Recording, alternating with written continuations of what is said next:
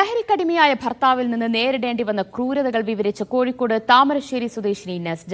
ഭർത്താവ് വെട്ടിക്കൊല്ലാൻ ശ്രമിച്ചതായി നസ്ജ മീഡിയ വണ്ണിനോട് പറഞ്ഞു. അർദ്ധരാത്രി പരിക്കേറ്റ് വീട് വിട്ടോടിയ യുവതിയെയും മകളെയും നാട്ടുകാരാണ് ആശുപത്രിയിലെത്തിച്ചത്. മദ്യപിച്ചെത്തിയ നൌഷാദ് വീടിനുള്ളിൽ വെച്ച് നസ്ജയെ ക്രൂരമായി മർദ്ദിക്കുകയായിരുന്നു. നസ്ജയുടെ തലയ്ക്കുൾപ്പെടെ ഗുരുതരമായി പരിക്കേറ്റു. പുറത്തേക്കോടിയ നസ്ജയുടെ പിന്നാലെ ഇയാൾ കൊടുവാളുമായി ഓടി. അതിനിടെ അക്രമം തടയാൻ ശ്രമിച്ച നസ്ജയുടെ 8 വയസ്സുകാരി മകൾക്കും ഭർത്തൃമാതാവിനും പരിക്കേറ്റു. വീട് വിട്ടോടിയ യുവതിയെയും മകളെയും പിന്നീട് നാട്ടുകാരാണ് ആശുപത്രിയിലെത്തിച്ചത്. നൌഷാദ് മദ്യപാനത്തിന് അടിമയാണെന്നും കാലങ്ങളായി താൻ ക്രൂരമായ മർദ്ദനത്തിന് ഇരയാണെന്നും നസ്ജ പറഞ്ഞു. ഞെട്ടിക്കുന്ന അനുഭവങ്ങളാണ് നസ്ജയുടേത്.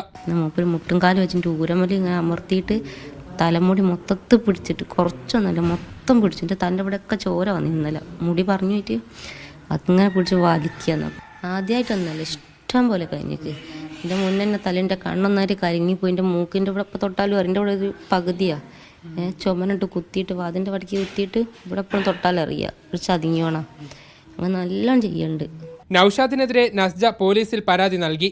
ഇയാൾക്കെതിരെ ശക്തമായ നിയമ നടപടിയുമായി മുന്നോട്ട് പോകാനാണ് ഇവരുടെ തീരുമാനം. മീഡിയ 1 കോഴിക്കോട്.